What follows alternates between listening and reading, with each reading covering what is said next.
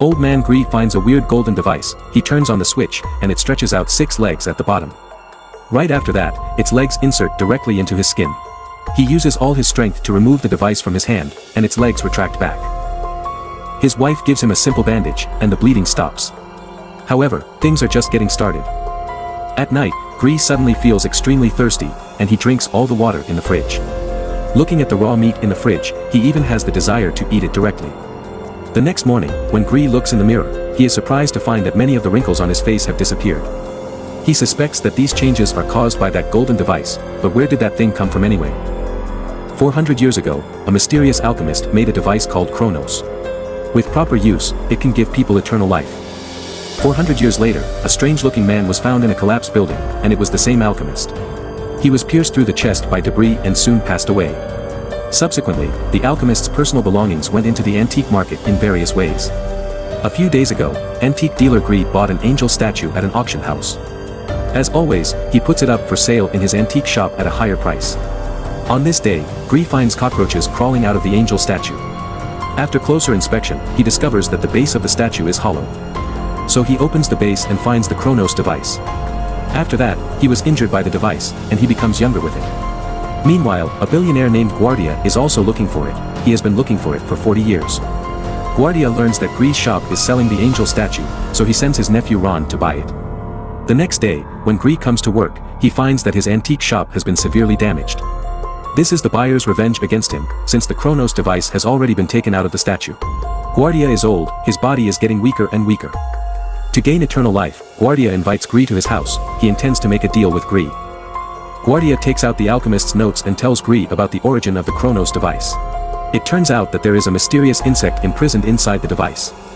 When the insect sucks enough blood, it will release a powerful substance that rejuvenates its user. The Cronos device must be used in a proper way, otherwise, there will be unimaginable consequences. Guardia continues, saying that he is willing to share half of his wealth if Gris gives him the device. Gris refuses his offer. Back at home, Gris uses the Cronos device again. He is already addicted to it. Then he finds that the injuries the device left on his body heal in less than a minute, which means his body is getting younger. However, Guardia was right, using the Cronos device does have side effects. The next day, Gris and his wife are attending a New Year's Eve party, and everything is going very well. Just then, a man at the next table suddenly gets a nosebleed. And Gris is surprised to find that he actually has a craving for blood, so he follows the man into the washroom. When the man leaves, Gris gets down and licks the blood that the man dropped on the floor. While Gris is enjoying himself, someone walks in, and then he is knocked unconscious. He wakes up to find himself kidnapped, and the kidnapper is Guardia's nephew, Ron. Ron asks him to hand over the Cronos device, but Gris refuses to do so. Ron doesn't want Guardia to get eternal life anyway, because then he won't be able to inherit Guardia's wealth. So Ron knocks Gris out again, puts Gris in the car, and pushes the car off the cliff. Then he throws down a bottle of wine, so the police will think it was an accident caused by a drunk driver.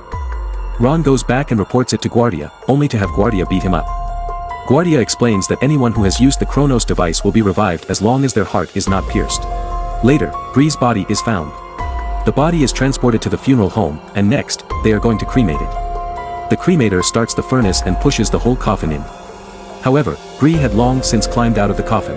At the moment, Gris is shocked that the Cronos device can not only make him younger but also revive him. Gris sneaks towards his home, and upon entering, he runs into his granddaughter Aurora. Aurora is not scared by his face, and she helps to hide him in the attic. Gris bandages his hand. He needs some rest and thinks about what to do next. In the morning, the sunlight comes in through the holes in the roof, causing his skin to burn. Apparently, this is one of the costs of using the Cronos device. To find a way to turn back into his original form, Gris decides to steal the alchemist's notes from Guardia. Aurora is worried about his grandfather and goes along with him. After some searching, they successfully find the notebook in Guardia's house, but the most important page is missing. That's when Guardia appears. It turns out that he knew Gris would come, so he destroyed that page. Gris begs Guardia to tell him the method to turn back into a real human. But Guardia rips off his skin. Underneath his rotten skin is a new pale skin, which is a sign of immortality. Gris panics. He doesn't want to become a blood-sucking monster.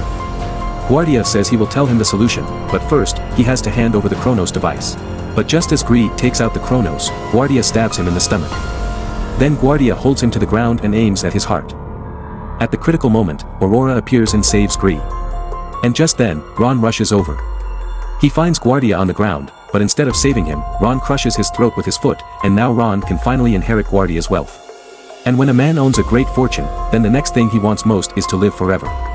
Ron catches up with Gris, who is clearly no match for him. Gris let Aurora go first, then he holds Ron and jumps with him. After a while, Gris comes back to life and finds that his craving for blood becomes even stronger.